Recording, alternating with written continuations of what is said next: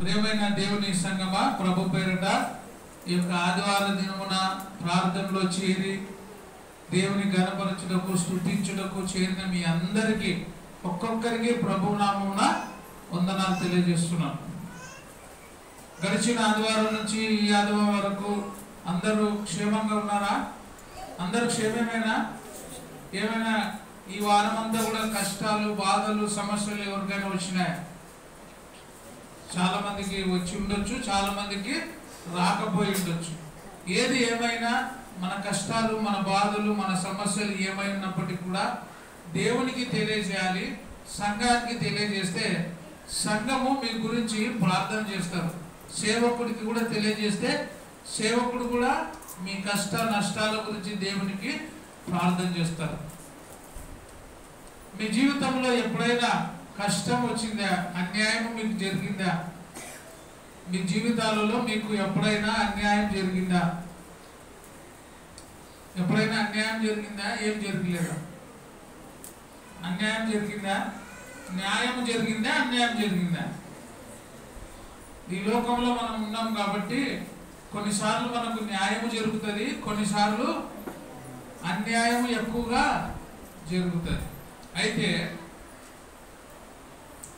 మనకు న్యాయం జరగలేదు, అన్యాయం జరిగింది, లేదంటే మనము ఏదైతే అనుకున్నామో అది మన పక్షాన జరగలేదు అనుకో, ఎక్కడ పోతాం మనం? మన కుటుంబంలో అయినా బయట అయినా మనకు న్యాయం జరగలేదు, న్యాయం జరగకపోతే ఎక్కడ పోతారు?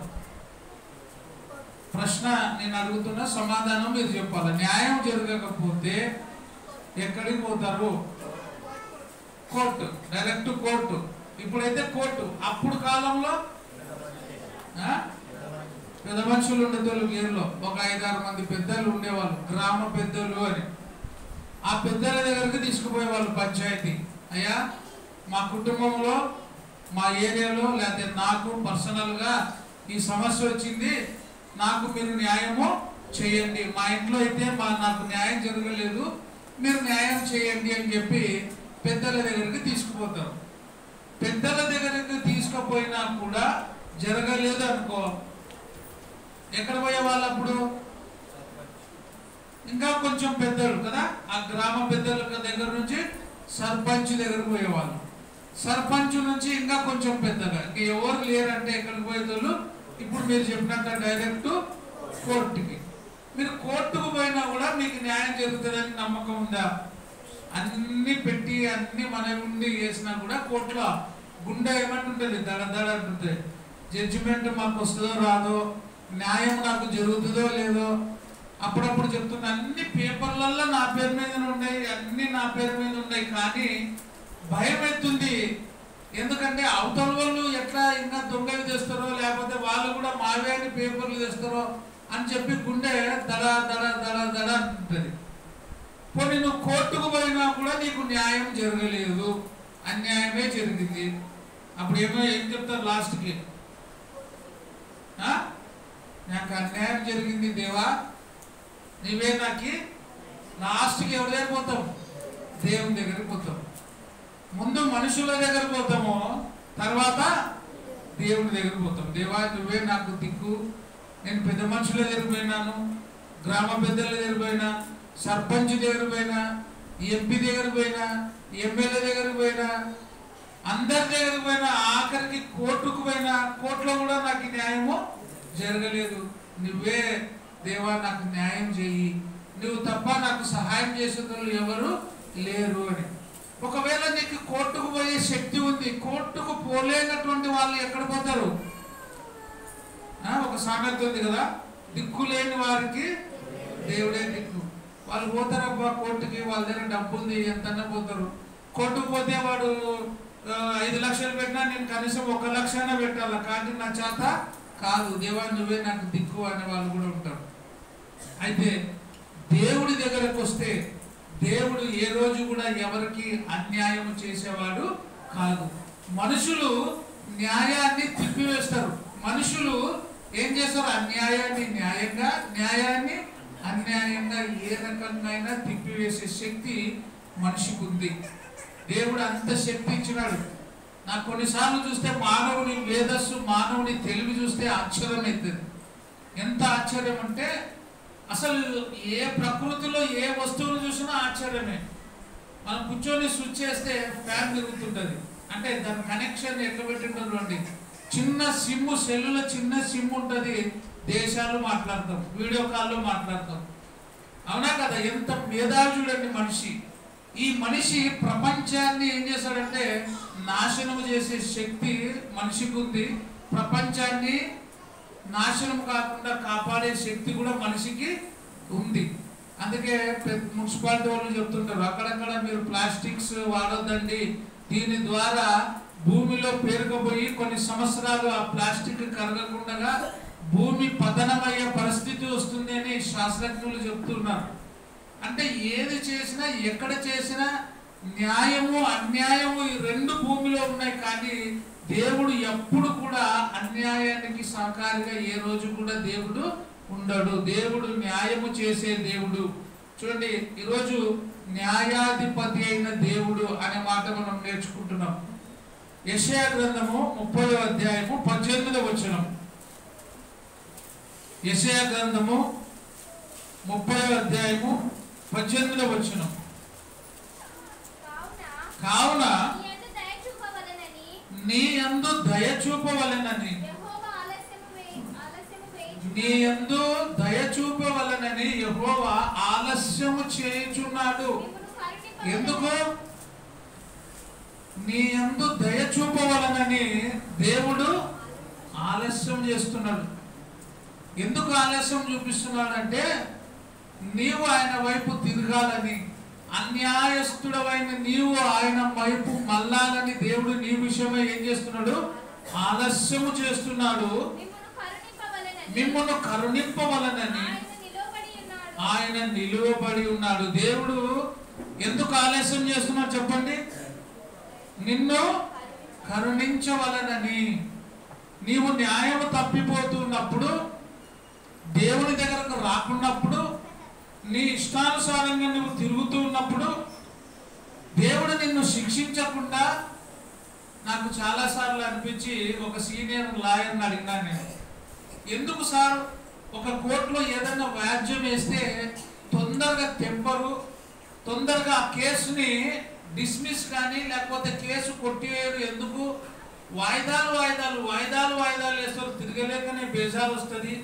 కొన్ని కేసులు 7 సంవత్సరాలు 8 సంవత్సరాలు 10 సంవత్సరాలు అయినా కూడా ఎందుకు వాయిదా మీద వాయిదా చేస్తారంటే ఆయన అంటాడు, అట్లా తిప్పడం వలన వారిలో మారు మనసు కలుగుతుందేమో అని, మనము జడ్జిమెంట్ ఇవ్వకముందే వాళ్ళకు వాళ్ళే సమస్యను పరిష్కరించుకుంటారేమో అని చెప్పి జడ్జి ఏం చేస్తాడంట?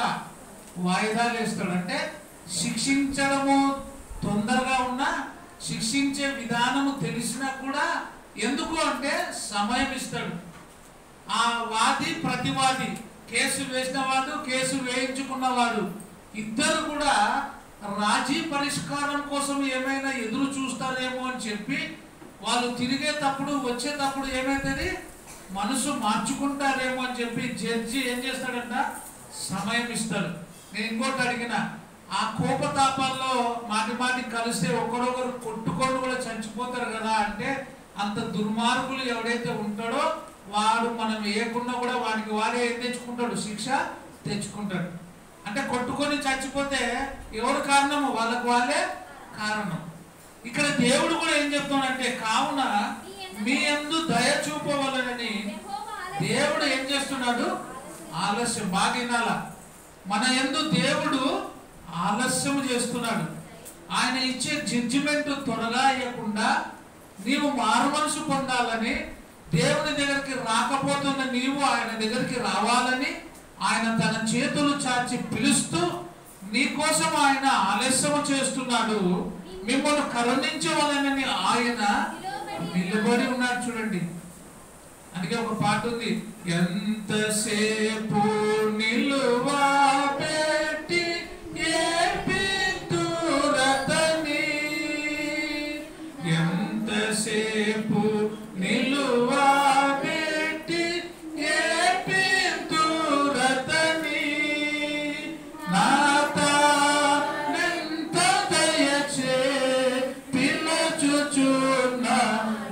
ఇప్పుడు మిమ్ములను నా తానెంత దయచే పిలచుచున్నాడిప్పుడు మిమ్ములను హృదయమన్నెడు తలుపు నోట యేసునాథుడు నిలచి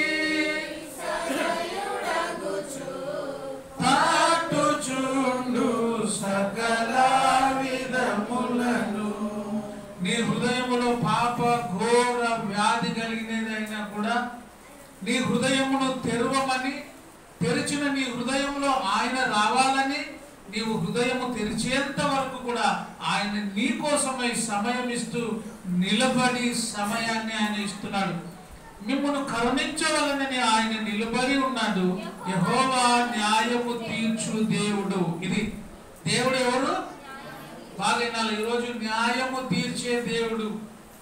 యెహోవా న్యాయము తీర్చే దేవుడు. నీ పక్షాన నువ్వు నాకు ఎవరు లేరు, నాకు అన్యాయం జరుగుతుంది దేవా, నన్ను అందరూ కూడా మోసం చేస్తున్నారని దిగులు పడుతున్నట్లయితే ఆయన ఎవరు అంటే న్యాయము తీర్చే దేవుడు, న్యాయాధిపతి అయినటువంటి దేవుడు ఆయన. కీర్తనలు 58వ అధ్యాయము 11వ వచనము చదువుకుందాం. కీర్తనలు 58వ అధ్యాయము 11వ వచనం. కావున నిశ్చయముగా నీతిమంతులకు ఫలము కలుగుననియు నిశ్చయముగా న్యాయము తీర్చు దేవుడు లోకములో ఉన్నాడనియు మనుషులు ఒప్పుకొందురు. నువ్వు ఒప్పుకుంటున్నావా లేదా? న్యాయము తీర్చే దేవుడు ఎక్కడున్నాడు? ఎక్కడున్నాడు చెప్పండి? లోకములో ఉన్నాడు. లోకములో ఇంకా మంచి అనేది జరుగుతుందంటే దేవుడు ఉన్నాడు, న్యాయాధిపతి అయిన దేవుడు ఉన్నాడనే భయం ఉంది కాబట్టి మనుషులు భయపడి బ్రతుకుతున్నారు. జడ్జికి భయపడకపోయినా, పోలీసులకు భయపడకపోయినా, కనీసం ఎవరికి భయపడుతున్నాం? మనం దేవుడికి భయపడుతున్నాం. నేను ఈరోజు మరణిస్తే, నేను ఈరోజు చనిపోతే, నేను చేసిన ప్రతి పనికి ప్రతిఫలము ఆయన ఇస్తాడు, న్యాయాధిపతి అయిన దేవుడు ఉన్నాడు, ఆయన జడ్జిమెంట్ ఇస్తాడు అని చెప్పి జనులు ఒప్పుకుంటున్నారు. ఒప్పుకుంటున్నారా లేదా? మరణం ఉంది అని ఒప్పుకుంటున్నారా లేదా? మరణము తర్వాత ఏముంది? తీర్పు ఒకటి ఉంది అని గమనించాలి. ఆ తీర్పు దినమున న్యాయాధిపతి అయిన దేవుని ఎదుట మనమందరం ఏం కావాలి? ప్రత్యక్షము కావాలి. అందుకే ఇక్కడ ఏం చెప్తుంది చూడండి, నిశ్చయముగా న్యాయము తీర్చు దేవుడు. ఎవరైనా న్యాయము తీర్చే దేవుడు. ఏ రోజు కూడా అన్యాయము చేసే దేవుడు కాదు, అన్యాయాన్ని బలపరిచే దేవుడు కాదు ఆయన. మనుషులు అన్యాయాన్ని బలపరుస్తారు. మనుషులు డబ్బు తీసుకుంటే ఏమైనా చేయగలుగుతారు. మనుషులు న్యాయాన్ని అన్యాయాన్ని న్యాయంగా మారుస్తారు. లాయర్లు ఉంటారు కదా, లోకల్ జిల్లా అడ్వకేట్స్ ఉంటారు, హైకోర్టు అడ్వకేట్స్ ఉంటారు, సుప్రీం కోర్టు అడ్వకేట్స్ ఉంటారు, జిల్లా న్యాయాధిపతి, తర్వాత రాష్ట్ర న్యాయాధిపతి ఉంటాడు. కానీ ఈయన ఎవరు అంటే ఒక్క న్యాయాధిపతి కాదు, ఆయన ప్రపంచానికే న్యాయాధిపతి. ఆయన రాజులకు రాజు అయి ఉన్నాడు, న్యాయాధిపతులకు న్యాయాధిపతి అయిన దేవుడు ఆయన. మనుషులందరికీ ఆయన న్యాయము తీర్చే దేవుడు. జడ్జి అయినా, పోలీస్ అయినా, మినిస్టర్లైనా, ప్రధానమంత్రులైనా, ఎంత కోటీశ్వరుడైనా, ఎంత భిక్షగాడైనా అందరికీ వాని వాని క్రియల చొప్పున ప్రతిఫలము ఇచ్చేది ఎవరు? దేవుడు. ఆయన ఎవరు అంటే న్యాయాధిపతి. చూడండి ఎంత మంచి మాట. నిశ్చయముగా న్యాయము తీర్చు దేవుడు లోకములో ఉన్నాడు. దేవుడు ఉన్నాడు. కొన్ని దాంట్లకు రాసింటారు కదా, బండ్లకు దేవుడు ఉన్నాడు, జాగ్రత్త. దేవుడు ఉన్నాడు అనే భయము మనలో కలుగుతుంది. ఈ న్యాయాధిపతి అయిన దేవుడు ఎందుకంటే శిక్షిస్తారు. పోలీస్ డిపార్ట్మెంట్ ఉంది కాబట్టి మనం భయపడి బ్రతుకుతున్నాం. లేకపోతే ఎర్ర లైట్లు సిగ్నల్స్ ఉంటాయి కదా, రెడ్, తర్వాత ఆరెంజ్, గ్రీన్. ఆ రెడ్ లైట్ పడినప్పుడు కూడా పోలీసు లేడనుకో, కొంతమంది యవనస్తులు బాగా వయసున్న పిల్లలు ఏం చేస్తారు, ముగ్గురికి రెడ్ లైట్ పడినా కూడా ఆగకుండా బర్రున పోతారు. అదే పోలీసు నిలబడినాడు అనుకో, రెడ్ లైట్ పడిన తర్వాత పోలీసు ఆ ప్లేస్ లో ఉన్నాడు అనుకో, ఏం చేస్తారు, లైట్ కు భయపడకుండా ఏ పోలీసు ఉన్నాడు అంటారు. పోలీసు ఉన్నాడు కాబట్టి భయపడతారు. కొంతమంది పోలీసులు కూడా దొరకకుండా బండి వేసుకొని పారిపోతారు, పోలీసు ఉరకలేక ఇచ్చి పెట్టేస్తారు. ఈ లోకంలో ఎవరినైనా మనం తప్పించుకొని తిరగవచ్చు, ఏ న్యాయాధిపతినైనా ఏ జడ్జినైనా మార్చవచ్చు మనం, దేని ద్వారా, డబ్బు ద్వారా. కానీ ఈయనను మాత్రం ఎవరు మార్చడానికి వీలు లేదు. ఈయన డబ్బు తీసుకొని అధికారాన్ని చేసే దేవుడు కాదు ఆయన. ఆయన ఎవరయ్యా అంటే న్యాయము వైపు ఉండే దేవుడు. అందుకే లోకములో నిశ్చయంగా న్యాయము తీర్చు దేవుడు ఎక్కడున్నాడు, లోకములో ఉన్నాడని మనుషులు ఒప్పుకొందురు. నువ్వు మోసం చేసిపో, నాకేం దేవుడు ఉన్నాడు నా పక్షాన్ని, నాకు దేవుడు లేడా అంటే నాకు ఎవరు న్యాయం చేస్తారు, దేవుడు న్యాయం చేస్తాడు. ఈ మాట అంటామా లేదా? నాకేమి ఎవరు లేకుండా పర్లేదు, నాకు ఎవరున్నారు, దేవుడు ఉన్నాడు. ఎందుకంటే ఆయనే న్యాయాధిపతి, ఆయనే జడ్జి, ఆయనే ప్రతి వాడిని కూడా దగ్గరకు తీసుకునేది ఆయనే.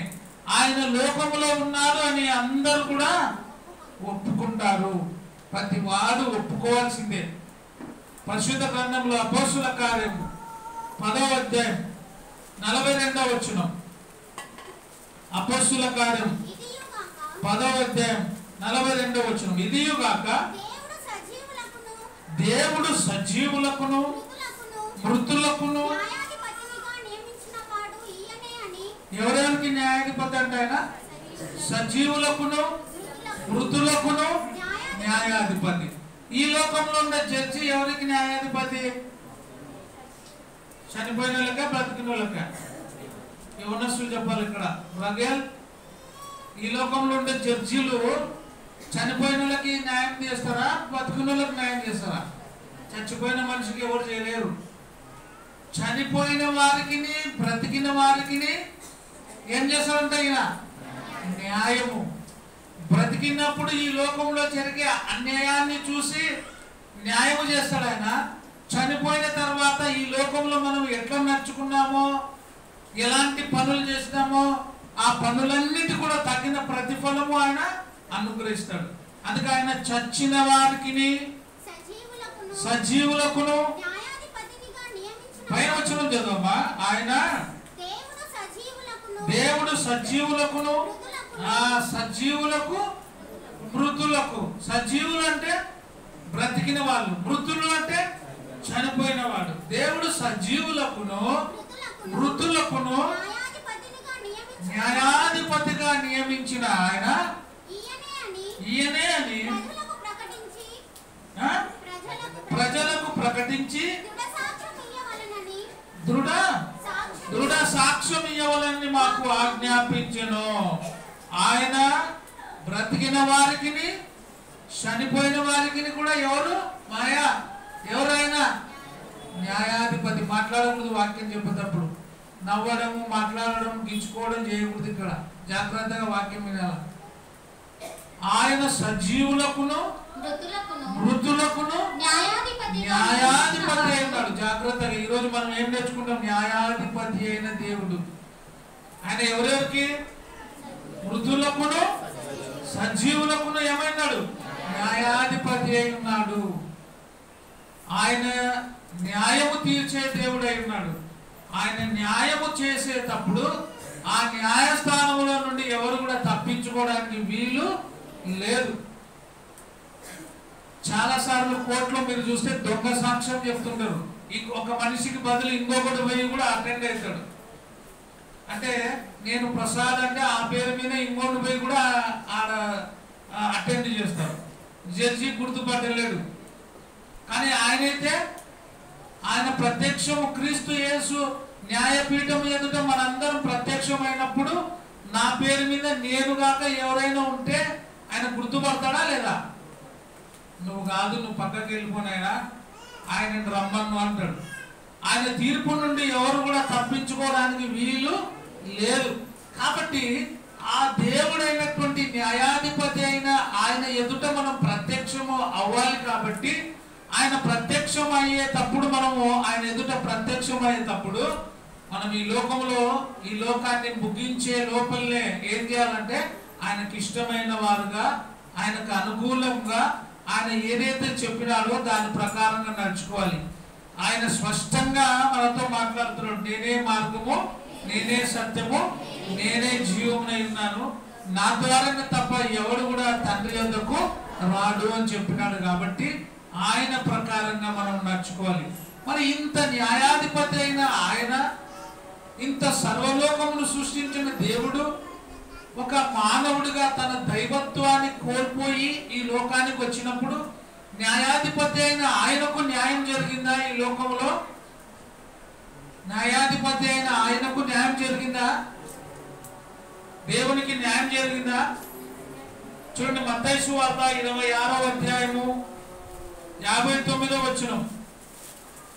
మత్తయి సువార్త 26వ అధ్యాయము 59వ వచనం. ప్రధాన యాజకులను మహాసభ వారందరూ యేసును చంపవలనని ఆయనకు విరోధముగా ఏ సాక్ష్యము? అబద్ధ సాక్ష్యం.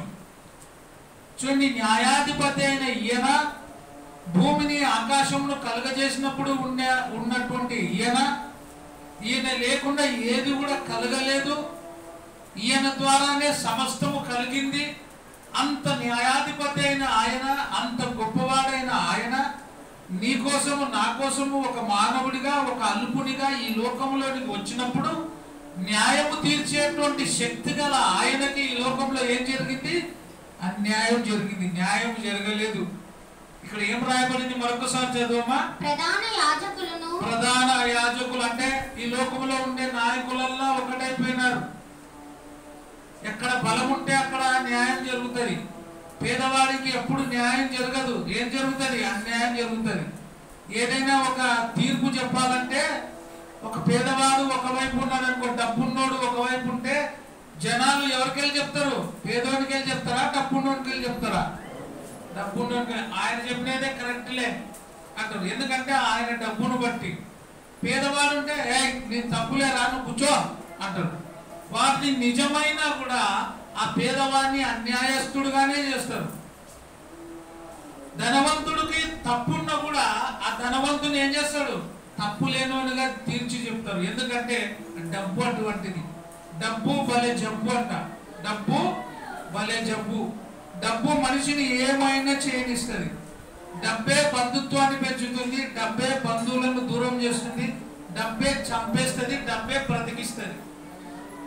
ఈ లోకంలో డబ్బే బ్రతికిస్తుంది, డబ్బులే బంధువులను పెంచుతుంది, డబ్బులే పరపతిని పెంచుతుంది, డబ్బులే ఏమైతుంది? కిందకు పడేస్తుంది. అందుకే ఇక్కడ ఆ ప్రధాన యాజకులను మహాసభ వారందరూ యేసును చంపవలనని ఆయనకు విరోధముగా ఏ సాక్ష్యము? అబద్ధ సాక్ష్యాన్ని వెతుకుతున్నారు. యేసు ప్రభు మీద అన్యాయపు వారిని పోగు చేస్తున్నారు. అబద్ధపు సాక్ష్యపు వారిని పోగు చేసి వెతుకుచుండిరి కానీ అబద్ధ సాక్షులు అనేకులు వచ్చినను సాక్ష్యం ఏమి కూడా బాగా గుచ్చి గుచ్చి చూస్తే కూడా సాక్ష్యం ఏమి కూడా లేదు. ఎందుకంటే ఆయనలో ఏ పాపము లేదు. ఏ పాపము లేనటువంటి గొర్రెపిల్ల ఆయన, ఏ పాపము లేనటువంటి మనుష్యుడు ఆయన, ఏ పాపము లేనటువంటి దేవుడు ఆయన.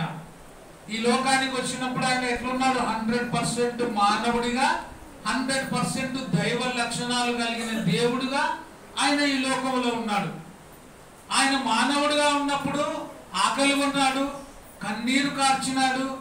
దేవుడుగా ఉన్నప్పుడు, దేవుని స్వభావం కలిగినప్పుడు చనిపోయిన లాజరును ఏం చేసినాడు? ఆయన లాజరు బయటికి తిరిగి రా అన్నప్పుడు లాజరు బయటకు వచ్చినాడు. అంటే దైవ స్వభావము, దైవ లక్షణాలు కలిగినప్పుడు దైవ స్వభావం కలిగిన వాడుగా నడుచుకున్నాడు. మానవుడిగా ఉన్నప్పుడు మానవుడిగా ఆయన ఈ లోకంలో నడుచుకున్నాడు. దొంగ అడిగినప్పుడు ఏమన్నాడు? అయ్యా నీ రాజ్యంలో నన్ను చేర్చుకో అన్నప్పుడు ఏమన్నాడు? నేడు నీవు నాతో కూడా. ఒక మనిషి ఆ మాట అనలేడు, కానీ ఆయన ఆ మాట అన్నాడంటే 100% దేవుడుగా ఉన్నాడు. కాబట్టి 5 రొట్టెలు 2 చేపలను ఎంతమందికి ఇచ్చినాడు? ఆయన 5,000 మందికి పంచిపెట్టినాడు. కానాను వివాహమునకు వెళ్ళినప్పుడు ఆ వివాహంలో ద్రాక్షారసము అయిపోయినప్పుడు నీళ్లను ఏం చేసినాడు? ఆయన ద్రాక్షారసముగా మధురముగా మార్చినాడు. ఎంత గొప్ప దేవుడు చూడండి, ఎంత గొప్ప ఘనత కలిగిన వాడు. ఈ న్యాయాధిపతి అయిన దేవుడికి, న్యాయము తీర్చేటువంటి దేవుడికి ఈ లోకంలో ఏం జరిగింది? అన్యాయం జరిగింది. అన్యాయస్తుడుగా ఆయనను చిత్ర హింసలు చేసినారు, అన్యాయస్తుడుగా నిలబెట్టినారు. అన్యాయము ఆయనలో వెతికినప్పుడు ఎటువంటి అన్యాయము ఆయనలో కనబడలేదు. ఎటువంటి అన్యాయం ఆయనలో కనబడలేదు. చూడండి మరొకసారి. ఆయనకు విరోధముగా అబద్ధ సాక్ష్యము వెదుకుచుండిరి కానీ, ఆయనకు విరోధముగా అబద్ధ సాక్ష్యము వెదుకుచుండిరి కానీ, అబద్ధ సాక్షులు అనేకులు అబద్ధ వచ్చినారు. సాక్షకులు ఎంతమంది వచ్చినారు? అనేకులు. కొన్నిసార్లు జ్ఞానం కలిగిన వాళ్ళు గుర్తుపడతారు జడ్జిలు. వాళ్ళు చెప్పే మాటలు వేరే వేరే ఉంటాయి. నిజంగా చూస్తే నిజంగా చెప్తారు కదా, కల్పించుకొని చెప్తారు అనుకోండి. ఈరోజు ప్రార్థనకు వచ్చిన వాళ్ళే చెప్తారు. ఈరోజు ప్రార్థనలో ఏం జరిగింది అంటే మీరు లైవ్లో ఉన్నారు కాబట్టి బాగా చెప్తారు. ఒకవేళ యూట్యూబ్లో చూసినారనుకో అది వేరే ఉంటుంది, కొంచెం వేరే అయిపోతుంది. లేదా ఎవరో చెప్తే విన్నారనుకో మాట ఏమైతుంది? వేరే అయిపోతుంది. అక్కడ కూడా అనేకులు అబద్ధ సాక్ష్యము చెప్పడానికి వచ్చినా కూడా సాక్ష్యం ఏమీ దొరకలేదు. తుదకు ఇద్దరు మనుషులు వచ్చి వీడు దేవాలయమును పడగొట్టి 3 దినములలో దాన్ని కట్టగలనని చెప్పననిరి. ప్రధాన యాజకుడు లేచి నీవు ఉత్తరం ఏమీ చెప్పవా? మీరు నీ మీద పలుకుచున్న సాక్ష్యం ఏమని అడగగా యేసు ఊరకుండెను. అంటే వీళ్ళతో నేను ఏం చెప్పినా కూడా ఏం గెలుస్తుంది? అక్కడ న్యాయము గెలవదు, అబద్ధమే గెలుస్తుంది. న్యాయాధిపతి అయిన దేవుడు, న్యాయము తీర్చేటువంటి దేవుడికి ఈ లోకంలో ఏం జరుగుతుంది? అన్యాయం జరుగుతుంది. అన్యాయంగా ఆయన మీద నేరం మోపినారు. మత్తయి సువార్త 27వ అధ్యాయము 23వ వచనం.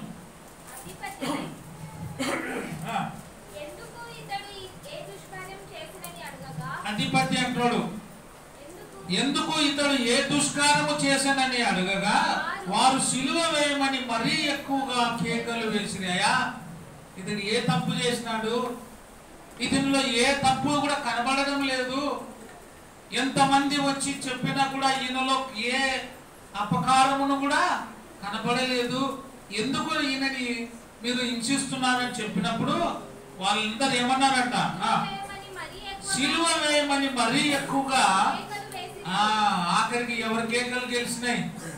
దుర్మార్గుల కేకలు గెలిచినాయి. న్యాయము తీర్చేటువంటి దేవునికి అన్యాయం జరిగింది ఈ లోకంలో. ఈ లోకంలో ఆయనకే అన్యాయం జరిగినప్పుడు మనకు జరగదా? మనుషుల ద్వారా అన్యాయం జరగదా? జరుగుతుందా? ఖచ్చితంగా జరుగుతుంది. కానీ మనం ఏం చేయాలా? దేవుని వేడుకోవాలా. యేసు ప్రభు కూడా తండ్రి అయిన దేవుని వేడుకున్నాడు. తండ్రి నీ చిత్తమైతే ఈ గిన్నె నా దగ్గర నుండి తీసేయి అంటే ఆయన ఏమన్నాడు? నాయనా నువ్వు పంపబడినవే, నువ్వు మరణించాలని పంపబడినావు. ఈ తీర్పు నీకు తప్పదు. నువ్వు ఖచ్చితంగా ఆ లోకంలో ఏం కావాలా? నీ ప్రాణాలు అర్పించాల్సిందే. నీ ప్రాణాలు ఖచ్చితంగా నువ్వు సిలువలో త్యాగము చేయాల్సిందే. ఆయన తండ్రి అయిన దేవుణ్ణి వేడుకున్నాడు, కానీ ఆయనకు ఏం జరిగింది? మరణమే సంభవించింది. కానీ మరణము తప్పించుకోవడానికి ఆయనకు వీలు కలగలేదు. ఆయన ప్రార్థన చేస్తున్నాడు. మనిషిగా బాధ భరించలేక దేవుని ప్రార్థన చేస్తున్నాడు. మనకు కూడా నేర్పిస్తున్నాడు ఆయన. మీకు కూడా ఎటువంటి బాధ కలిగినా, నాకు ఏ బాధ కలిగినా ఎవరిని ప్రార్థన చేయాలా? చాలా మంది మూర్ఖులు ఏం చెప్తారంటే ఆయన దేవుడైతే మళ్ళా తండ్రికి ఎందుకు ప్రార్థన చేసినాడు? ఈ గిన్నె నా దగ్గర నుండి తొలగించు అని. ఆయనే తొలగించుకోవచ్చు కదా గిన్నెను అంటాడు. అంటే ఆ బాధని ఆయనే తీసివేసుకోవచ్చు కదా అని. ఎందుకు అంటే ఆయన ఒక మనిషిగా ఉన్నాడు కాబట్టి మనిషిగా సంభవించేటువంటి సంఘటనలకు నీవైనా నేనైనా ఎవరిని అడగాల? దేవుణ్ణి అడగాల అని చెప్పి ఒక మానవుడిగా అక్కడ ఆయన పనిని అక్కడ చేసి చూపించినాడు. మరి లాజరు చనిపోయినప్పుడు కూడా ప్రార్థన చేసి దేవుణ్ణి అడిగినాడు, ఈ ప్రజలందరూ చూస్తున్నారు, వీరందరూ ఎదుట నువ్వు ఉన్నావని తెలుసుకోవాలంటే ఈ లాజర్ని తిరిగి లేపు అని చెప్పి ప్రార్థన చేసినాడు. ఆయన కృతజ్ఞత చెల్లించినాడు. అంటే అవన్నీ కూడా ఆయన చేసిన సంఘటనలు భూమి మీద ఉన్నాడు కాబట్టి ఆయనను పోలి ఆయన ఏ విధంగా అయితే తండ్రిని ప్రార్థన చేస్తున్నారో మనం కూడా మనుషులుగా ప్రతి విషయంలో దేవునికి ఏం చేయాలా? ప్రార్థన చేయాలని చెప్పి ఆయన చేసిన ప్రతి సంఘటనను మనం గుర్తుపెట్టుకోవాలి. ఇక్కడ జరిగిన ఈ సంఘటన మనుషులుగా ఉన్నప్పుడు మనకు అన్యాయం జరిగినా కూడా మనము కలవరపడకుండా ఏది జరిగినా అది దైవ నిర్ణయం అని చెప్పి ప్రతి విషయంలో మనము ప్రార్థన చేయాలి అని మనకి ఇక్కడ మాదిరిగా రాయబడింది గ్రంథం. మరి ఇంకొక మాట చూడండి, రోమీలకు రాసిన పత్రికలో 9వ అధ్యాయము 5వ వచనం, ఈయన ఎవరు అని రాయబడింది చూడండి. శరీరమును బట్టి క్రీస్తు వీరిలో పుట్టెను. ఈయన ఎవరు? సర్వాధికారి అయిన దేవుడు. అందరు చెప్పాలా? ఈయన ఎవరు? సర్వాధికారి అయిన దేవుడు. ఈయన ఎక్కడ పుట్టినాడు? శరీరమును బట్టి క్రీస్తు వీరిలో పుట్టెను. అంటే మనిషిగా పుట్టాలని రాయబడి ఉంది కాబట్టి ఆయన కన్యక అయిన మరియమ్మ గర్భములో ఆయన జన్మించినాడు. జన్మించిన ఈయన ఎవరు? మనిషిగానే జన్మించినాడు. కానీ ఎవరైనా ఈయన సర్వాధికారి అయిన దేవుడు, సర్వాధికారి, సర్వలోకమును ఏలేవాడు, సర్వలోకమునకు న్యాయాధిపతి, సర్వలోకమును కలగజేసిన వాడు, భూమిని ఆకాశమును సమస్తమును తన నోటితో కలగజేసిన గొప్పవాడు ఆయన. సమస్తమును ఆయనకు లోబడుచున్నవి. సమస్త ప్రజలు ఆయన నామమున ఏమలా? వంగి ప్రార్థన చేయాలి. న్యాయాధిపతి అయిన దేవుడు ఆయన, న్యాయము తీర్చే దేవుడు. మనకు అన్యాయము సంభవించినప్పుడు, మనకి కష్టం కలిగినప్పుడు, మనకి బాధ కలిగినప్పుడు ఎవరి వైపు చూడాలా? న్యాయాధిపతి అయిన దేవుని వైపు చూసి ప్రార్థన చేయాలి. ఈయన సర్వాధికారి అయిన దేవుడై ఉండి నిరంతరము ఎవరున్నాడు? ఎప్పుడెప్పుడు? నిరంతరము. కాలాలు గతించిపోతున్న కాలాలు, మరలా వస్తున్న జనాలు, మరణించిన మరలా పుట్టిన యుగ యుగములకు ఆయన ఏమైనాడు? సర్వాధికారి అయిన దేవుడై ఉన్నాడు. నిరంతరము స్తోత్రార్హుడై ఉన్నాడు. ఆమేన్ అంటారు అక్కడ. ఆమేన్ అంటే కలుగునుగాక. ఇంత సర్వాధికారి అయిన దేవుడుగా ఈ లోకంలో ఉండి మనిషిగా జీవిస్తూ అన్యాయము చేసి ఆయన మీద నిందలు వేసినప్పటికీ కూడా ఆయన తన ప్రాణాలు అర్పించినాడు. తండ్రి యొక్క అభిష్టం ఏమైంది? తన ప్రియ కుమారుడు ఈ లోకంలో మరణించాలని రాయబడింది కాబట్టి తన ప్రాణాలను ఆయన అర్పించినాడు. లూకాస్ ఫిలిప్పీలకు రాసిన పత్రిక 2వ అధ్యాయం చూస్తే ప్రతి వాని మోకాలు యేసు నామమున వంగాలి అని ఉంటుంది. ఫిలిప్పీలకు రాసిన పత్రిక 2వ అధ్యాయము 9-10 వచనాలు. అందుచేతను చూడండి, అందుచేతను ఎక్కడ? పరలోకమందున్న వారిలో గాని, భూమి మీద ఉన్న వారు గాని, భూమి కింద కూడా ఉన్నారా? భూమి కింద ఉన్న వారిలో గాని ప్రతి వాని మోకాలు కీర్తనలో ఉంటది. ఆకాశములో ఉండే సమస్తము, గాలి, నీరు, వెలుతురు, జంతువులు అన్ని కూడా ఎవరిని ప్రశంసించాలా? ఆయనను గూర్చి పాడాలా, ఆయనను గూర్చి స్తుతించాలా. పైన ఆకాశమందును, భూమి మీదను, భూమి కింద నీళ్ళ యందును ప్రతి వాని మోకాలు ఏం చేయాలా? యేసు నామమున వంగాలి. ఎవరి నామమున? ఒక జడ్జి దగ్గర పోయినప్పుడు ఎవరైనా ఎట్లుండాలా? చీఫ్ మినిస్టర్ అయినా కూడా, సీఎం అయినా కూడా ఎట్లుండాలా? ఉంటేనే ఉంటాడా? చాలా మందికి మీకు తెలియదు పాపం, కోర్టులోకి ఎప్పుడు రాలే కదా, ఎప్పుడు చూడలే. ముఖ్యమంత్రి రాని కూడా జడ్జికి నమస్కారం చేయాలి. ఇట్లా నమస్కారం చేసి నిలబడాలి. ప్రధానమంత్రి రాని కూడా జడ్జికి నమస్కారం చేసి నిలబడాల, తల మొత్తం మనం ఇట్లా. ఒక ఆయన వచ్చినాడు, నేను కూడా అప్పుడప్పుడు కోర్టుకు పోతుంటే, నేను కూడా లాయర్ చేసినా కదా, అప్పుడప్పుడు కోర్టుకు పోతుంటే, కొత్తగా తెలిసిన ఆయన వచ్చినాడు, బాగా రాజకీయంలో తిరుగుతాడు ఆయన. వస్తే ఆయనది వాయిదా ఉంది, నన్ను పిలిచిన, నువ్వు రా కొంచెం నాయపడా, నాకు ఒక్కరికి భయం అవుతుంది అంటే, నేను కూడా వస్తే నేను కూడా ముద్దాయి అనుకుంటాను, నేను కోట్ వేసుకొని వస్తాలే అని చెప్పిన. కోట్ వేసుకొని పోయినా, పోయితే అప్పుడు చెప్పిన, గుండు పెట్టుకో బాగుండదు, జడ్జి దగ్గర పోవాలి నువ్వు, అట్ట పోతే మంచిగా ఉన్నది. నాకేమి, నేను ఎట్టా ఆడిపోయినా అట్టే పోతాను, నేను ఆడ అంతా వేరే ఈడ వేరే, గుండు పెట్టుకో అని చెప్పిన. గుండు పెట్టుకునిలే, పేరు పిలిచిన, పేరు పిలిస్తే నేను నమస్కారం కూడా పెట్టలేరు, పోయి ఒకటి నిలబడ్డాడు జోలో చేయబెట్టుకోండి. నేను నమస్కారం పెట్టిపోయి కూర్చుంటే ఆమె ఏం చేసింది, ఆడ బిల్లబట్టుడు ఉంటాడు కదా, సినిమాలలో నన్ను చూసలేదా, ఏమన్నా విజయ్ నవ్వుతున్నాడు, కింద బిల్లబట్టుడు ఉంటాడు కదా, పేరు పిలుస్తాడు, అని పిలిచి జడ్జి ఏమో చెప్పింది షోలా, చెప్తే వాడేమన్నాడు, గుండు పెట్టుకోవా తమని చేస్తున్నావు, మీ ఇంట్లో అనుకున్నావా అంటారు కదా, ఏం చేసేప్పుడు మన సంగతి గుండు పెట్టుకో, చేతులు కట్టుకోవాలా, చేతులు కట్టుకున్నా. బయటకు వచ్చినాక అంటే నేను చూడు, నేను చెప్పినప్పుడు ఏంటంటే ఎంత బాగుందో, ఆఖరికి పిల్ల బట్టలతో చెప్పించుకుంటే అంతమందిలా, ఎంత సిగ్గువా, అవునా కదా, అంత పెద్ద మనిషివి నువ్వు, ముందే నేను చెప్పినప్పుడు గుండె వాడ, అంతమంది లాయర్లు ఉన్నారు, క్లయింట్స్ ఉన్నారు, ఆడ ముద్దాయిలు వచ్చినారా, అంతమందిలో నేను ఎంత మాట్లాడినా, ఇప్పుడు ఆయన ఎదురు చెప్తాడా, నేను ఎత్తి పెట్టుకున్నా కుండి అని, అట్టగానంటే ఎత్తండి రాంటది, ఇంకా ఎవరు చెప్తుంది, పోలీసు వాళ్ళు చెప్తుంది. న్యాయాధిపతి దగ్గర ప్రతి వాణి మోకాలు, అంటే ఈ లోకంలో ఒక న్యాయాధిపతి దగ్గర సీఎం అయినా పిఎం అయినా ఏం చేయాలా, వాయిదాలకు పోవాలా, రిక్వెస్ట్ చేసుకోవాలా, మొక్కాలా.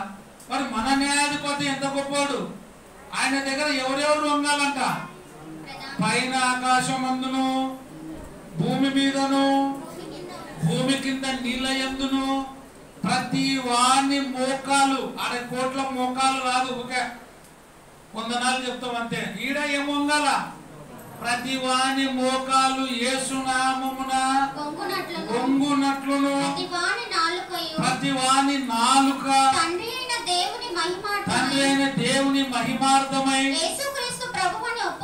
యేసు ప్రభు దేవుడు ప్రభు అని ఒప్పుకున్నట్లును, దేవుడు ఆయనను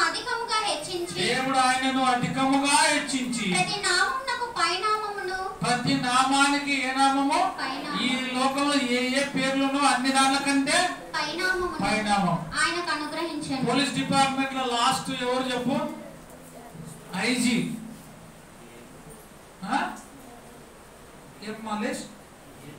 ఐజీ పోలీస్ డిపార్ట్మెంట్ లో హైయెస్ట్ అది ఐజీ. తర్వాత ఐజీ తర్వాత ఎవరు ఉంటారు, పొలిటికల్ గా హోమ్ మినిస్టర్. ఈ ఐజీ ఉంటాడు కదా, ఐజీ కంటే ఇంకా ఎక్కువ, అయినా హోమ్ మినిస్టర్ కంటే ఎక్కువ, సీఎం కంటే ఎక్కువ, పిఎం కంటే ఎక్కువ, ఏ ఏ పేర్లు ఉన్నావో, ఏ అధికారాలు ఉన్నావో, ఆ అధికారాలన్నిటికంటే ఏ నామం అంటే అది పైనామం, గొప్పది. ఈ లోకంలో న్యాయాధిపతులు ఉంటారు, కింది స్థాయి న్యాయాధిపతులు అంటే జడ్జిలు, జిల్లా జడ్జి, తర్వాత high court judge, supreme court judge. మన జడ్జి ఏ జడ్జి, ఇంటర్నేషనల్ జడ్జి, ఎవరైనా ప్రపంచానికే జడ్జి, జడ్జిలకి జడ్జి, పోలీసులకు పోలీసు, అందరిని కాపాడేది ఎవరు, అందరిని కాపాడేది ఆయన. వీళ్ళందరూ ఎవరు మొక్కాలా, జడ్జికి రోగం వచ్చిందనుకో ఎవరు మొక్కాలా, డాక్టర్కి వస్తే, డాక్టర్లు కూడా వస్తాయా జబ్బులు, డాక్టర్కి వచ్చినట్టే ఎవరికైనా తెలుసా మీకు, డాక్టర్కి వస్తుంది, యాక్టర్కి వస్తుంది. పెద్ద పెద్ద యాక్టర్లు పాపం గ్లామర్ ఉండాలని ఎన్నెన్ని మొక్కలకు సర్జరీ చేసుకొని చచ్చిపోయింది ఒక ఆమె హీరోయిన్. ఎంత గొప్పోడైనా కూడా మట్టి నుండి తీయబడిన వాడు మరలా ఎక్కడ పోవాలా, మట్టిలోని తీయబడాల్సిందే, మట్టిలోని పోవాల్సిందే. అందుకే ఏ నామం ఉందో ఆ నామములన్నిటికంటే ఏ నామము, పైనామము ఆయనకి ఇవ్వబడి ఉంది. లూకాసు వార్త 18వ అధ్యాయం 1వ వచనం నుంచి న్యాయాధిపతి అయిన దేవుడు అనే మాట చూస్తున్నాం మనం. వారు విసుకక నిత్యము ప్రార్థన చేయవలనే అనుటకు ఆయన వారితో ఈ ఉపమానం చెప్పెను. దేవునికి భయపడకయు మనుషులను లక్ష్య పెట్టకయు నుండు ఒక న్యాయాధిపతి ఒక పట్టణంలో ఉండెను. ఎవరంటే ఆయన దేవునికి భయపడడు, మనుషులను లెక్క చేయడు అనే న్యాయాధిపతి ఒకడు ఉండెను. ఆ పట్టణంలో ఒక విధవరాలు ఉంది. ఆ పట్టణంలో ఒక విధవరాలు ఉంది. ఆమె అతని యొద్దకు తరచుగా వచ్చి నా ప్రతివాదికి విధవరాలు అంటే భర్త లేని ఆమె ఎవరి దగ్గర పోతుంది? ఒక జడ్జి దగ్గర పోతుంది. ఆ జడ్జి ఎట్టుంటాడు? దేవునికి భయపడడు, మనుషులకు భయపడడు. అంటే మంచోడా చెడ్డోడా? కఠినాత్ముడుగా. ఈ లోకంలో మనిషి కన్నా భయపడాలా, దేవుని కన్నా భయపడాలా? దెబ్బలకి భయపడడు, గురువుకి భయపడడు. అంటే వాడు ఏమవుతాడు? మంచోడైతాడా చెడిపోతాడా?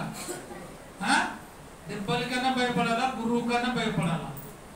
ఇప్పుడు దేవునికి భయపడడు, మనుషులకు భయపడడు. ఎవరైనా న్యాయాధిపతి జడ్జి ఆమె దగ్గరికి ఒక విధురాలు పోయి మాటి మాటికి ఏం చేస్తుందంట?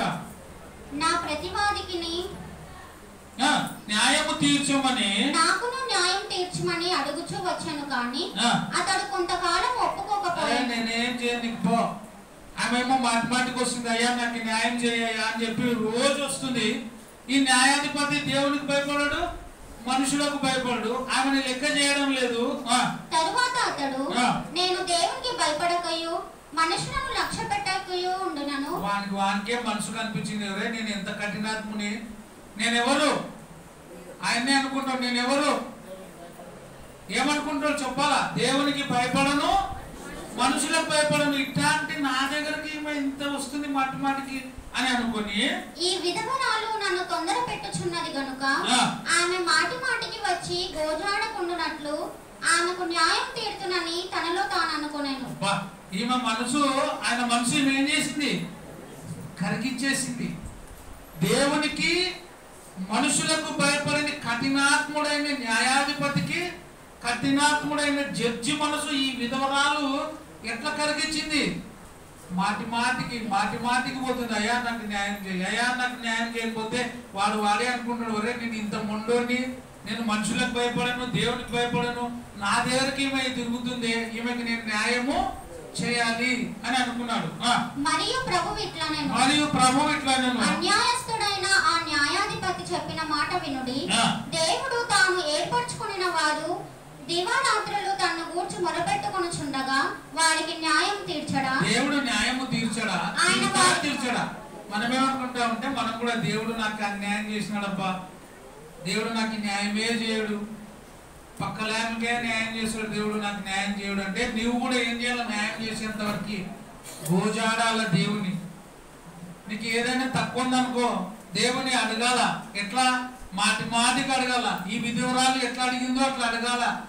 ఈయన ముందరనే ఎటువంటి జడ్జి దేవునికి భయపడడు, మనుషులకు భయపడడు. అటువంటి వాని మనసే కరిగించింది కదా ఈ విధవరాలు. నీవు ప్రార్థన చేసే మొండిగా అడిగితే దేవుడు నీకు ఇయ్యడా అంటున్నాడు. ఇస్తాడా? ఇయ్యడా? ఇస్తాడు. ఆయన వారికి త్వరగా న్యాయం తీర్చును. వారి విషయమే కదా ఆయన దీర్ఘశాంతం చూపుచున్నాడని మీతో చెప్పుచున్నాను. మనం చదువుతున్న వాళ్ళ విషయమే దేవుడు ఏం చేస్తున్నాడు? దీర్ఘశాంతం చూపుతున్నాడు. నీ విషయమే దేవుడు ఆలస్యం చేయుచున్నాడు. ఆయన న్యాయాధిపతి అయినటువంటి దేవుడు అని మనం చదువుకుంటుంది. కాబట్టి నీ విషయం ఆయన ఏం చేస్తున్నాడు? న్యాయం తీర్చడానికి సిద్ధంగా ఉన్నాడు. కానీ నువ్వు ఎంత గోజాడుతావో, ఎంత అడుగుతావో నీ ఓపికను దేవుడు పరీక్ష చేసేవాడుగా ఉన్నాడు అని మనం గమనించుకోవాలి. మొదటి సమూయేలు 8వ అధ్యాయం 1వ వచనం నుంచి చదువుకుందాం. 1 నుంచి 3 వచనాలు. మొదటి సమూయేలు 8వ అధ్యాయం 1 నుంచి 3 వచనాలు. సమూయేలు వృద్ధుడైనప్పుడు తన కుమారులను ఇశ్రాయేలీల మీద న్యాయాధిపతిగా నియమించెను. అతని జ్యేష్ఠ కుమారుని పేరు యోవేలు, రెండవ వాని పేరు అబియా. వీరు బెర్షెబాలో న్యాయాధిపతులుగా ఉండిరి. అతని కుమారులు అతని ప్రవర్తనను అనుసరింపక ధనాపేక్షులై ఏమడిగినారు? ధనాపేక్షకులై లంచములు పుచ్చుకొని న్యాయమును త్రిప్పివేయగా ఇశ్రాయేలీయుల పెద్దలందరూ కూడి రామాలో సమూయేలు వద్దకు వచ్చి చిత్తగించుము, నీవు వృద్ధుడవు, నీ కుమారులు నీ ప్రవర్తన వంటి ప్రవర్తన గలవారు కారు గనుక సకల జనుల మర్యాద చొప్పున మాకు ఒక రాజును నియమింపుము. ఈ కుమారులు ఏం చేసినారు? సమూయేలు కుమారులు న్యాయం కరెక్ట్ చేసినారా, త్రిప్పేసినారా? ఏం అలవాటు నేర్చుకున్నారు వాళ్ళు? ఇప్పుడు కూడా ఎక్కడైనా అది లేకుంటే పనే జరగదు. ఏముండాలా? గట్టి చెప్పాలా? చిన్న చెప్తారు, ఎవరు లేదులేండి, గట్టి చెప్పండి. ఏముండాలా? లంచం ఉంటేనే పని. చిన్న దానికి కూడా ఉండాలి లంచం. పైనుంచి పెడితే ఒక రకం ఉంటుంది, కింద నుంచి పెడితే ఒక రకం ఉంటుంది లంచం కూడా. లంచం తీసుకొని బయట పడుతుంటే పేపర్లో వస్తుంటే కూడా మళ్ళా లంచమే. చిన్న దానికి బయట పడుతుంటారు. 5,000కి 1,00,000 రూపాయలు ఉద్యోగం ఉన్నాడు, 5,000 తీసుకుంటూ పట్టుకున్నాడు ఏసీ పోలు అని ఉద్యోగం పీకేస్తున్నారు. ఎంత దుర్మార్గులు చూడండి. డబ్బు ఉంది అంటే న్యాయాన్ని కూడా వీళ్ళు న్యాయాధిపతులు 3 కొడుకులు కానీ న్యాయం అనుసరించడం లేదు, అన్యాయంగా పోతున్నారు. అందుకే అందరు పోయి, అయ్యా నీ కుమారులు నీలాంటి వాళ్ళు కాదు, వీళ్ళని తీసేసి ఒక రాజుని మా కోసము నియమించు. మన దేవుడు డబ్బు తీసుకొని ఆ న్యాయం తిప్పేతోడు కాదు. ఈ లోకంలో జడ్జీలు కూడా డబ్బు తీసుకొని న్యాయం తిప్పేస్తారు, లాయర్లు న్యాయం తిప్పేస్తారు. కానీ దేవుడు నువ్వు ఎంత డబ్బు ఇచ్చినా నీకు అన్యాయం చేయడు, అవతలకి అన్యాయం చేయడు. నీవు ఏమైందో నీకు కరెక్ట్గా ఇస్తాడు, వాళ్ళకి కూడా కరెక్ట్ చేస్తాడు దేవుడు. ఎవరిది అన్యాయమో వాళ్ళకి అన్యాయం, ఎవరికి న్యాయమో వాళ్ళకి న్యాయం చేస్తాడు దేవుడు. నువ్వు అన్యాయం చేసి నాకు న్యాయం చేయంటే కుదరదు. నువ్వు అన్యాయం చేసింటే నీకు అన్యాయమే చేస్తాడు దేవుడు. నువ్వు మేలు చేస్తే నీకు మేలు చేయబడుతుంది. అందుకే పెద్దలు చెప్తారు కదా, చెడుపకురా చెడేవు అని. ఇతరులు చెడిపాలని ప్రయత్నం చేస్తే ఆ చెడు నీకే వస్తుంది. కొంతమంది పక్క వాళ్ళు బాగుపడుతుంటే కళ్ళు ఎర్రగా ఎత్తుంటాయి అనమాట. వాళ్ళ మాన్న వాళ్ళు ఉండి, వాళ్ళ తిప్పలు వాళ్ళు పడి, వాళ్ళ తిండి వాళ్ళు తిని, వాళ్ళ సంపాదన వాళ్ళు సంపాదించుకొని ఏదో ఇంట్లో పొలమో కారో ఏదో కొంటుంటే పక్కలోనికి ఎట్లుంటది? కొత్త కారు తెచ్చుకున్నాను, ఆ కారు సాయంత్రం కల్లా గీరుకుపోను కాక, డోర్లు లొక్కుబడును కాక. కొంతమంది బేగాన్ని తీసుకుపోయి కూడా గుద్దతోళ్ళు ఉంటారు. మన దుర్బుద్ధి మనకు ఏం చేస్తుంది? చెడు చేస్తుంది. మన మంచి మనకు మేలు చేస్తుంది. ఇక్కడ సమూయేలు కుమారులు న్యాయమును తిప్పివేసేవారుగా ఉన్నారు, కానీ మన దేవుడు న్యాయము తిప్పేసేతోడు కాదు, ఆయన న్యాయము చేసేటువంటి దేవుడు. ఆదికాండం 4వ అధ్యాయం 8వ వచనం నుంచి చదువుకున్నట్లయితే, కయ్యను హేబేలు ఇద్దరు ఉన్నారు కదా. కయ్యూను తన తమ్ముడైన హేబేలుతో మాట్లాడెను. వారు పొలములో ఉన్నప్పుడు కయ్యూను తన తమ్ముడైన హేబేలు మీద పడి అతనిని చంపెను. యెహోవా నీ తమ్ముడైన హేబేలు ఎక్కడున్నాడని కయ్యూను అడగగా, అతడు కయ్యూను అడిగితే కయ్యూను ఒప్పుకున్నాడా?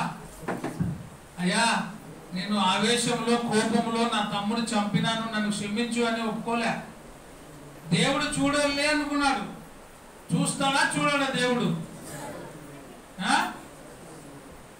చూస్తాడా చూడడా? గట్టిగా చెప్పడం. నన్ను చూడడా అనుకుంటున్నారు మీరు, అందుకే చెప్తలేదు. ఖచ్చితంగా చూస్తాడు. ఇక్కడ దేవుడు న్యాయంగా అడుగుతాడు, అయ్యా నీ తమ్ముడైనటువంటి హేబేలు దేవుడికి తెలియదా? తన అన్న కయ్యను చంపినాడని దేవుడికి తెలుసా తెలియదా? కానీ మళ్ళా అతని హృదయ పరిశీలనను అడుగుతున్నాడు, అతని మనసును ఏమైందో అడుగుతున్నాడు. నీ తమ్ముడైన హేబేలు ఎక్కడా అని అడిగినప్పుడు అతడు నేనెరుగను నా తమ్మునికి నేను కావలి వాడనా అనెను. ఎంత పొగురు మాట కదా. నా తమ్మునికి నేను కావలా? ఏమన్నా కావలి పెట్టినావా నన్ను? అరే బాబు మా ఓడి ఇట్లా పోయినా అంటే పోయినాడంటే పోయినాడను లేకుంటే లే. ఏం మీ ఓడికి కావులు పెట్టినావా నన్ను? నేను కావాలి వాడినా అని అనగా అప్పుడు ఆయన నీవు చేసిన పని ఏమిటి? నీవు చేసిన పని ఏమి? నీ తమ్ముని రక్తము యొక్క స్వరము, నీ తమ్ముని యొక్క స్వరము నేలలో నుండి నాకు మొరపెట్టుచున్నది. నేలలో నుండి నాకు ఏం చేస్తుంది? మొరపెట్టుచున్నది. నీ తమ్ముని నువ్వు చంపినప్పుడు అతని రక్తము మొరపెడుతుంది. న్యాయాధిపతి అయిన దేవుని కోరుతుంది, దేవుని అడుగుతుంది. ఆయన ఈయనను అడిగినాడు, కయ్యని నీ తమ్ముడు ఎక్కడ అంటే తన తప్పుని ఒప్పుకున్నాడా? తన తప్పుని కప్పేయాలని చూసినాడు, కానీ దేవుడు తన తప్పుని తెలుపుతున్నాడు. కావున నీ తమ్ముని రక్తమును నీ చేతితో పుచ్చుకొనుటకు నోరు తెరిచిన ఈ నేల మీద ఉండకుండా నీవు శపింపబడిన వాడవు. నీవు శపింపబడిన వాడవు. శిక్ష ఇచ్చినాడా లేదా? ఇప్పుడు న్యాయాధిపతి అయిన దేవుడు శిక్షించినాడా లేదా? కయ్యను తప్పించుకోవాలని చూసినాడు, దేవుడు శిక్షించినాడు. న్యాయము తీర్చే దేవుడు అందరికి ఏమి ఇస్తాడు? న్యాయం కలుగజేస్తాడు. కీర్తనలు 89వ అధ్యాయం 6-7 వచనాలు, ఈ రెండు మాటలు చదువుకొని ముగించుకుందాం. కీర్తనలు 89వ అధ్యాయం 6-7 వచనాలు గట్టిగా చదవమ్మా. కీర్తనలు 89:6-7. వింటను యెహోవాకు సాటి అయిన వాడెవడు? దైవపుత్రులలో యెహోవా వంటి వాడెవడు? దైవపుత్రులలో యెహోవా వంటి వాడెవడు? పరిశుద్ధ దూతల సభలో ఆయన మిక్కిలి భీకరుడు. తన చుట్టూనున్న వారందరికంటే భయంకరుడు. ఆయన తన చుట్టూన్న వారందరికంటే ఎవరు? భయంకరుడు దేవుడు. కోపం వస్తే ఒక్క దెబ్బతోనే లేపేస్తాడు ఆయన. ఆయన చాలా ప్రేమ కలిగిన వాడు, కానీ కోపం వస్తే ఆయన ఎవరు? భయంకరుడు. ఉన్న చోటనే పడిపోతాం మనం. కోరాహు కుటుంబాన్ని దేవుడు ఏం చేసినాడు? నెరవిడవగా భూమి నెరవేర్చినప్పుడు దాంట్లో పడిపోయినారు, మరలా మూసుకుపోయింది. దేవుని కోపం ఆ విధంగా ఉంటుంది, భయంకరమైనటువంటి కోపం. న్యాయాధిపతికి కోపం వస్తే చాలా గొప్పగా శిక్షిస్తాడు. కాబట్టి ఈ న్యాయాధిపతి అయిన దేవుని చేతిలో పడకుండా మేలు. ఒకవేళ మనం పడితే అది భయంకరమైనది, అది చాలా పాపముతో కూడినది. అందుకే ఆయన చేతిలో మనము దీన మనస్కులై ఉండాల. పాపము చేసి పడిపోతే శిక్షను ఎవరు కూడా తప్పించడానికి వీలు లేదు. 4వ అధ్యాయం ప్రకటన 8వ వచనం. ప్రకటన 4:8.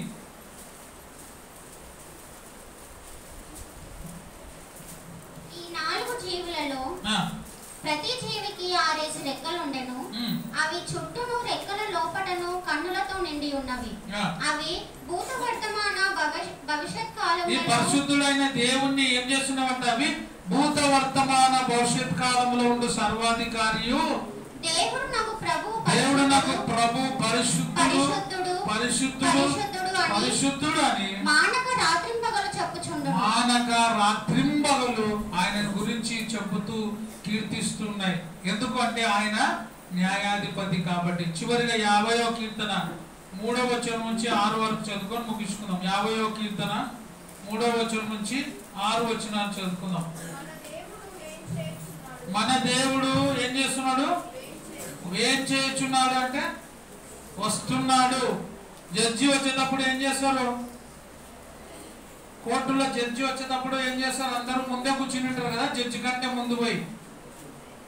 ఆ కేసు ఉండే వాళ్ళు, లాయర్లు అందరు కూర్చొని ఉంటారు. తర్వాత జడ్జి వస్తాడు. జడ్జి వచ్చేటప్పుడు ఆ పిల్ల కట్టుడు ఏం చేస్తాడు? ముందుగానే వస్తాడు, వచ్చి సైలెన్స్ అంటాడు. అందరు అప్పుడు ఆయన వచ్చినప్పుడు ఏం చేయాలా? జడ్జి వచ్చినప్పుడు లేచి నిలబడాల. మన జడ్జి కూడా ఏం చేస్తున్నాడంట? చదవమ్మా. మన దేవుడు వేం చేయుచున్నాడు. ఆయన మౌనముగా ఉండడు. ఆయన ముందర అగ్ని మండుచున్నది. ఆయన ముందర అగ్ని మండుచున్నది. ఆయన చుట్టూ ప్రచండ వాయువు విసరుచున్నది. ఆయన చుట్టూ ప్రచండ వాయువు విసరుచున్నది. ఆయన తన ప్రజలకు న్యాయము తీర్చుటకై బల్యార్పణ చేత నాతో నిబంధన చేసుకొనిన నా భక్తులను నా యొద్దకు సమకూర్చుడని మీది ఆకాశమును భూమిని పిలుచుచున్నాడు.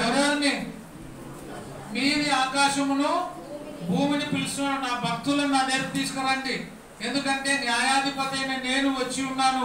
వీళ్ళందరూ రావాలి. వచ్చినప్పుడు ఏం జరుగుతుంది? జడ్జిమెంట్ జరుగుతుంది, న్యాయం జరుగుతుంది. నా యుద్ధకు తీసుకొని రండి అని నా భక్తులను నా యుద్ధకు సమకూర్చుడని మీది ఆకాశమును భూమిని పిలుచుచున్నాడు. దేవుడు తానే న్యాయకర్త అయి ఉన్నాడు. ఆకాశము ఆయన నీతిని తెలియజేయుచున్నది. నా జనులారా నాతో మాట్లాడబోచున్నాను, ఆలకించుడి. నేను మాట్లాడబోచున్నాను, ఆలకించుడి. అంటే భూమిని ఆకాశము ఆయన ఏం చేస్తున్నాడు? ఆజ్ఞిస్తున్నాడు, నా జనులను నా దగ్గరికి తీసుకొని రండి. మనం వచ్చినప్పుడు ఏం చేస్తామంట? క్రీస్తు యేసు న్యాయపీఠం ఎదుట మనందరము ప్రత్యక్షమైనప్పుడు ఏం జరుగుతుంది? ఎవరిని క్రియల చొప్పున వానికి ప్రతిఫలము ఇస్తున్నాడు.